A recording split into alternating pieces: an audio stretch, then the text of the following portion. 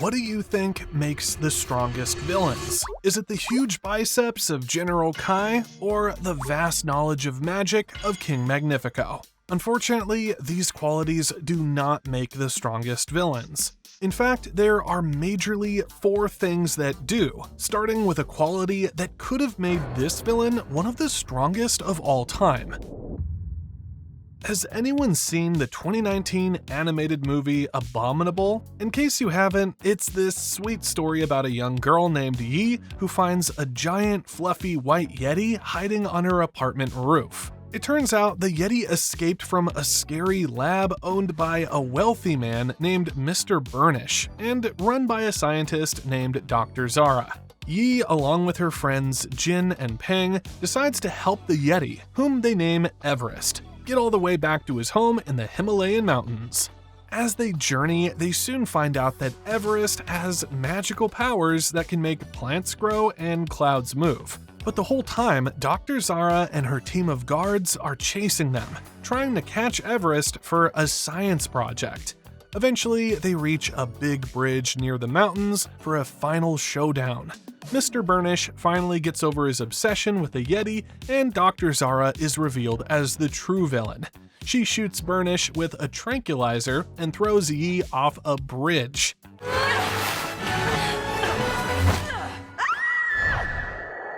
Pretty evil, right? But here's where things fall apart for her as a villain. After she captures the Yeti, puts it in a cage, and drives away, Yi, who miraculously survives, plays her violin, and the music wakes up Everest. Everest then breaks out of his cage and roars so loudly that the bad guys, including Zara, just run away in total terror. But then, Zara tries one last desperate move to run Everest over with a snowmobile, except she ends up causing a giant landslide that sweeps her right off the mountain, and just like that, she's gone. When you think about it, it was pretty easy for our heroes to get rid of her, right? And this is where the problem is. You see, the strongest types of villains should have a superior power to the hero. But this is something Dr. Zara knows nothing about. For a while, it was already obvious that the heroes outmatch her for many reasons. Don't get us wrong, she's a completely ruthless villain with no regard for animal or human life. Her reveal as a twist villain was also spot on, but her only superiority lies in her scientific knowledge and evil? However, the problem is that science was hardly called into play in the story. The movie's themes were mostly about friendship, grief, connection, and superpowers. So, because the story is so magical, Dr. Zara feels a bit out of place. Think about it, Everest has supernatural powers that can do almost anything. He can turn dandelions into giant flying umbrellas and make a bridge of ice. So, what chance does a science geek actually have against a mythical creature like that? If she had maybe developed a weapon that could counter the Yeti's power, like a gadget that stops his humming, or a shield that blocks his magic, then that would have been a fairer fight. But she only had a bunch of men with a cage and dart guns. It's like bringing a toothpick to a sword fight. So, it's clear, if a villain is not forcing you to A. make a huge personal sacrifice, or B. obtain new skills or insight to defeat them, then that villain is weak. This is why Drago Bloodfist from How to Train Your Dragon 2 is considered a strong villain. One of Drago's superior strength lies in the fact that he has gotten an alpha dragon, a massive bewilder beast, to bend to his will. This is something Hiccup, who loves dragons, couldn't even imagine doing.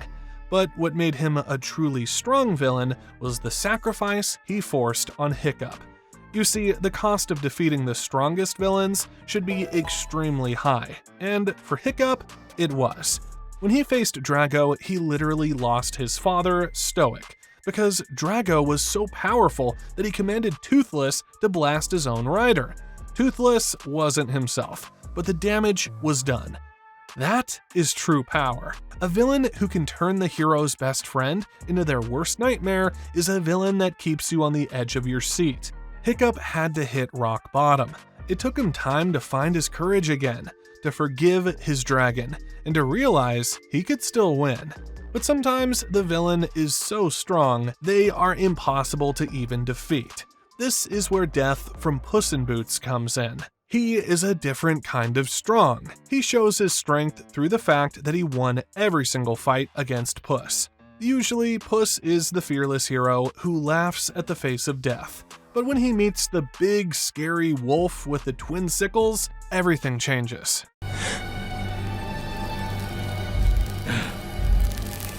But what makes Death probably the strongest villain out there is that Puss literally couldn't kill him. He could only keep Death at bay after he had to sacrifice his ego, admit he's afraid, and value his one last life. Puss had to go through a total personality change just to survive the encounter. That is way more intense than Dr. Zara falling off a mountain because she was clumsy with a snowmobile. So when we look at these three, it's easy to see the difference. A villain like Dr. Zara is mean, but she doesn't have the power to truly challenge a magical yeti or a girl with a magic violin. But villains like Drago and Death, they have superior power. They are incredibly good at what they do, and they force the heroes to lose things, like a father or their own pride. But sometimes the strength of a villain has nothing to do with their superior power. In fact, these types of villains are usually the most difficult to defeat because of this one quality. One of the most chilling scenes in animated history happened in The Prince of Egypt. Moses walks into the temple, not as a prince anymore or as a brother, but as a man carrying a warning. He calls out Ramses' name, softly at first, like he still hopes the old bond means something. And for a moment, it does. They remember their childhood, laugh about switching statues, and getting into trouble. Why can't things be the way they were before? You can feel how badly Ramses wants things to go back to how they were. Then Moses asks him to let his people go, but Ramses isn't having it.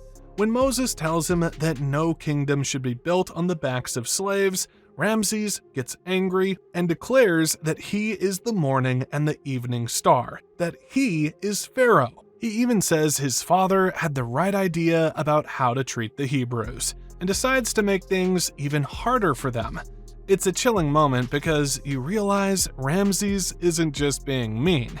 Rather, he truly believes he has to be this way to be a good king. This leads us to another quality of the strongest villains. They are highly principled. Now, being principled doesn't mean they are good people. It just means they have unshakable beliefs that actually make sense to them. Pharaoh was a man who genuinely believed he was doing the right thing for his country. For hundreds of years, every pharaoh before him had used slaves and conquered lands. So, in his mind, if he let the slaves go, he would be the weak link in the chain. Ramesses, please, you must listen. I will not be the weak link. He felt he had a duty to his father's legacy and his own son to keep Egypt powerful. These types of villains are one of the hardest to defeat because they are stubborn. Even when God sent 10 scary plagues, like turning the river to blood or sending swarms of locusts, Ramses wouldn't budge. He only gave in when he lost his son, and even then, his principles were so strong that he changed his mind and chased the Hebrews to the Red Sea. He was a villain driven by a consistent, though twisted, philosophy. But now, let's shift our attention to another villain, King Magnifico, from the movie Wish. Have you noticed how some bad guys just don't seem to make sense? Well, Magnifico is a perfect example of a contradictory villain. At the start of the movie, he tells us a very sad story. He says that when he was a boy, his family was killed and his home was destroyed. Because of that pain, he built the beautiful kingdom of Rosas. He says he wants to be a protector so that no one ever has to see their dreams destroyed like his were. Sounds like a good guy, right? But then, the minute the hero Asha asks for a favor to grant her 100-year-old grandfather's wish, Magnifico flips a switch. Suddenly, he isn't a protector anymore. He becomes a total bully.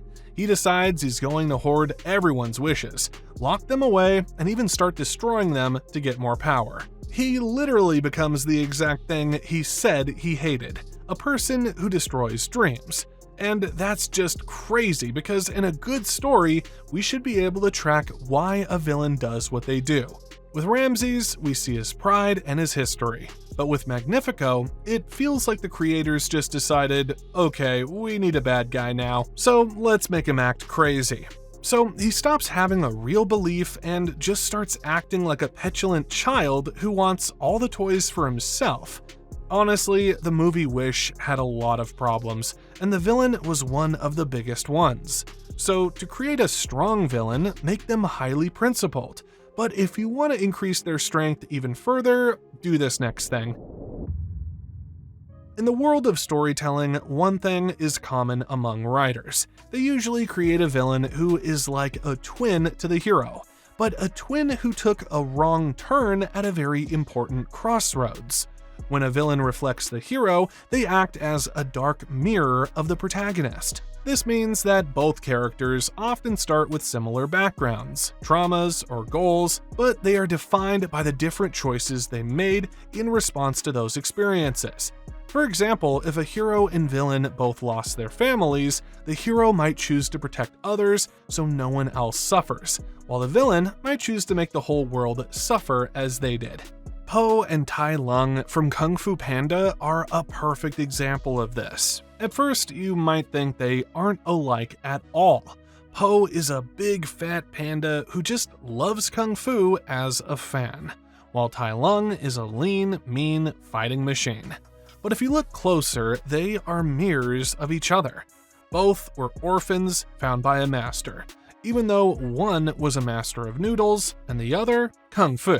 Nevertheless, Po and Tai Lung were looking for the same thing, a meaningful life. They both wanted to be more than just a regular animal in the valley. But here's where the mirror gets dark. Tai Lung was raised as a prodigy. He was told from the time he was a cub that he was destined for greatness. So he felt that being the Dragon Warrior and getting the Dragon Scroll was his birthright. He felt the world owed him that power.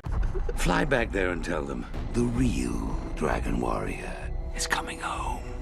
Po, on the other hand, was just a guy who wanted to be near his heroes, the Furious Five. Even though he dreamed of knowing Kung Fu, he was okay with one of the five being the Dragon Warrior. But then, fate gave him that title, and at first he was confused and didn't even want it.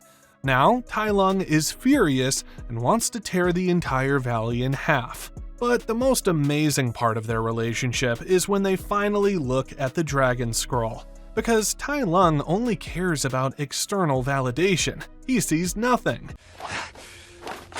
It's nothing! But when Po looks at that same blank scroll, he sees his own reflection and understands the secret. There is no secret ingredient. It's just you.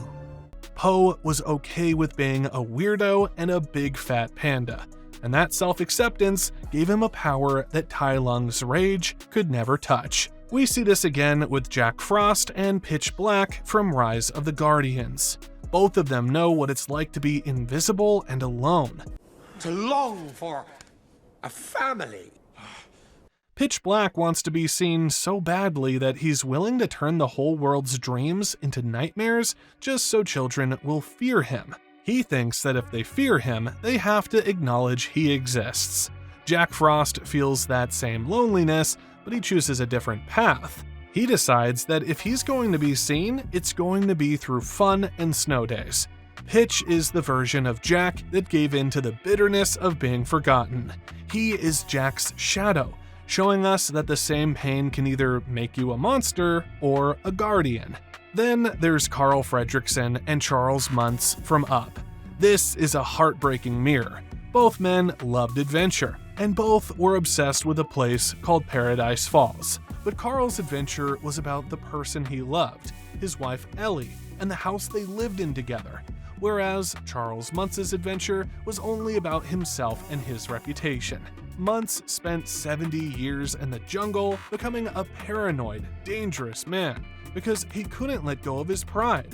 He also wanted so badly to capture a bird just so he could prove to the world that he was right about the bird. I promise to capture the beast alive. But he ends up becoming a warning to Carl. He shows Carl that if you stay stuck in the past and obsessed with winning, you'll end up alone in a dark Zeppelin with only dogs for company.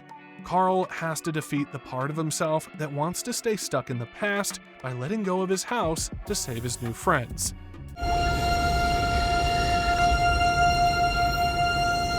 But why is any of this important? What does it have to do with a villain being strong? You see, this connection makes the conflict much deeper than a simple physical fight. It turns the battle into a moral and philosophical struggle. When the hero faces a villain who reflects them, they are essentially fighting their own worst impulses. It forces the hero to confront their own weaknesses and prove why their path is the right one. And this is usually not an easy decision. But what happens when a villain isn't a reflection of the hero? Think about a villain like Prince Hans from Frozen. He fails as a mirror to Anna and Elsa because his primary motivation is desire for political power and status, which doesn't actually connect to the sisters' internal struggles with fear, isolation, and the need for genuine love.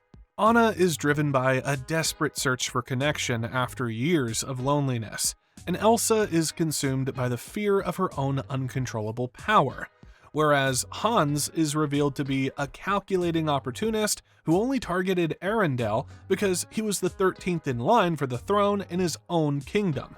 But there's another problem. Because he is a twist villain, the movie spends most of its time showing him pretending to be a perfect hero. Instead, they could have explored how his background of being ignored by his brothers turned him into a dark version of the sisters' own isolation. As a result of this mistake, Hans is reduced to an obstacle who exploits Anna's naivety for a crown. Finally, since the real conflict of the movie is Elsa's internal battle with her fear, Hans's eventual betrayal feels like a secondary plot point rather than a deep thematic confrontation with the hero's own darker halves. Basically, when a villain doesn't reflect the hero, they are not as strong as when they do.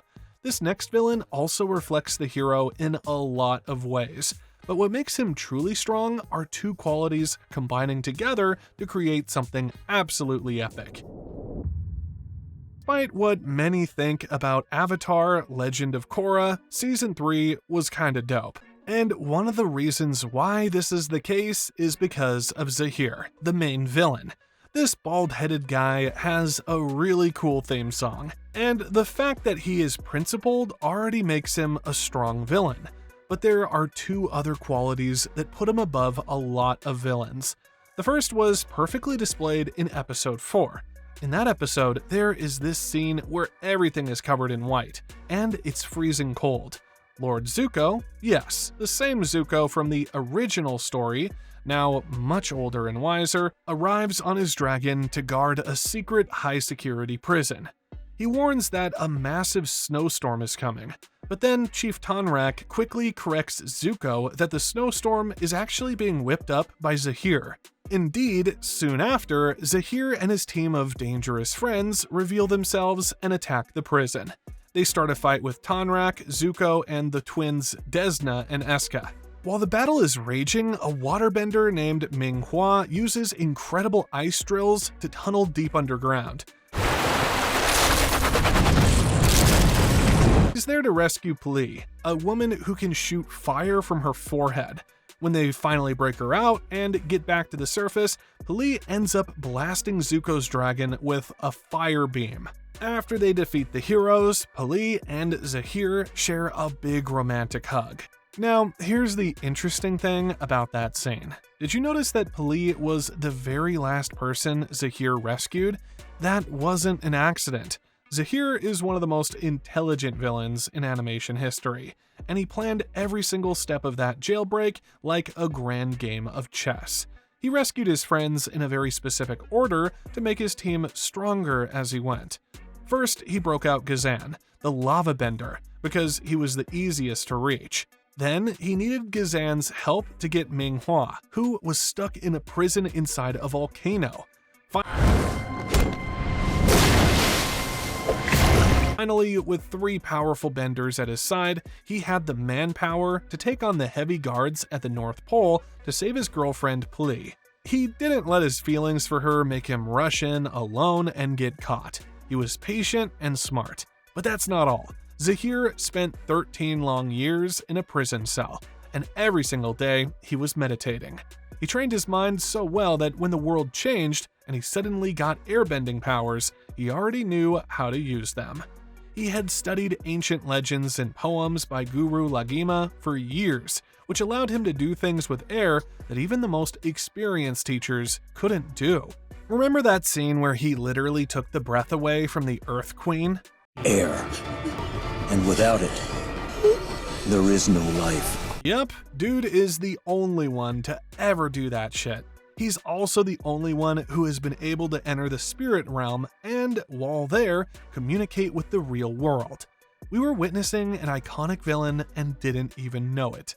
Zahir also knows how to use psychological warfare. He's good at talking people into seeing things his way. He convinced the people of Ba Sing Se that he was a liberator who was freeing them from bad kings and queens, and they believed. He even tried to convince Korra that he was the one doing the right thing for the world. The natural order is disorder. He makes you stop and think, wait, is he actually right? And that's what makes an intelligent villain so dangerous. They make the hero doubt themselves, even though for a brief moment. But do you know what's really insane? Zahir doesn't just have intelligence. There's actually another quality that makes him strong, and that's emotional discipline. He is the only airbender to ever actually fly through the sky without a freaking glider.